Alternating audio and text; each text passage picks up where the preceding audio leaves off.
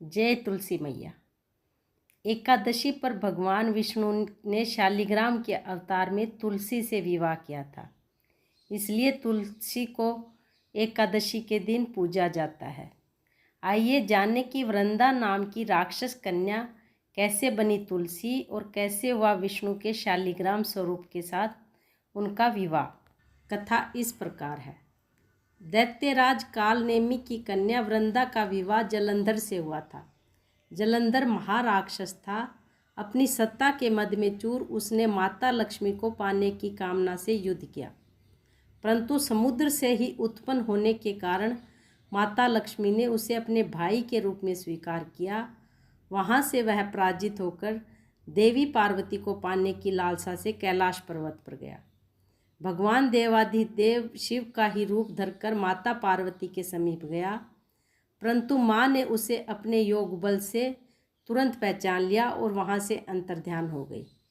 देवी पार्वती ने क्रुद्ध होकर सारा वृत्तांत भगवान विष्णु को कह सुनाया। जलंधर की पत्नी वृंदा अत्यंत पतिव्रता स्त्री थी। उसी के पतिव्रता धर्म की शक्ति से जलंधर ना तो मारा जा सकता था और ना ही पराजित होता था। इसलिए जलंधर का नाश करने के लिए वृंदा के पतिव्रता धर्म को भंग करना बहुत ज़्यादा आवश्यक था। इसी कारण भगवान विष्णु ऋषि का वेश धारण कर वन में जा पहुँचे, जहाँ वृंदा अकेली भ्रमण कर रही थी। भगवान के साथ दो मायावी राक्षस भी थे, जिन्हें देखकर वृंदा भयभीत हो गई। ऋषि ने वृंदा के सामने पल में दोनों को भस्म कर दिया। उनकी शक्ति देखकर वृंदा ने कैलाश पर्वत पर महादेव के साथ युद्ध कर रहे अपने पति जलंधर के बारे में पूछा। ऋषि ने अपने माया जाल से दो वानर प्रकट किए। एक वानर के हाथ में जलंधर का सिर तथा दूसरे के हाथ में धड़। अपने पति की यह दशा देखकर वृंदा मूर्छित होकर गिर पड़ी। होश में आने पर उसने ऋषि रूपी भगवान से विनती की कि वह उसके पति को जीवित कर दें।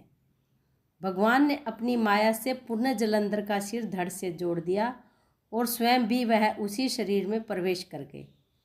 वृंदा को इस छल का तनिक भी आभास न हुआ कि जलंधर बने भगवान के साथ वृंदा ने पतिव्रता का व्यवहार कर लिया, जिससे उसका सतीत्व भंग हो गया। ऐसा होते ही वृंदा का पति जलंधर युद्ध में हार गया और मारा गया। इस सारी लीला का जब वृंदा को पता चला तो उसने क्रुद्ध होकर भगवान विष्णु को हृदयहीन शिला होने का श्राप दे दिया। अपने भक्त के श्राप को भगवान विष्णु ने स्वीकार किया और शालिग्राम पत्थर बन गए। सृष्टि के पालनकर्ता के पत्थर बन जाने से ब्रह्मांड में असंतुलन की स्थिति हो गई। यह देखकर सभी देवताओं ने वृंदा से प्रार्थना की कि वह भगवान विष्णु को श्राप से मुक्त कर दे। वृंदा ने भगवान विष्णु को श्राप मुक्त कर स्वयं आत्मदाह कर लिया।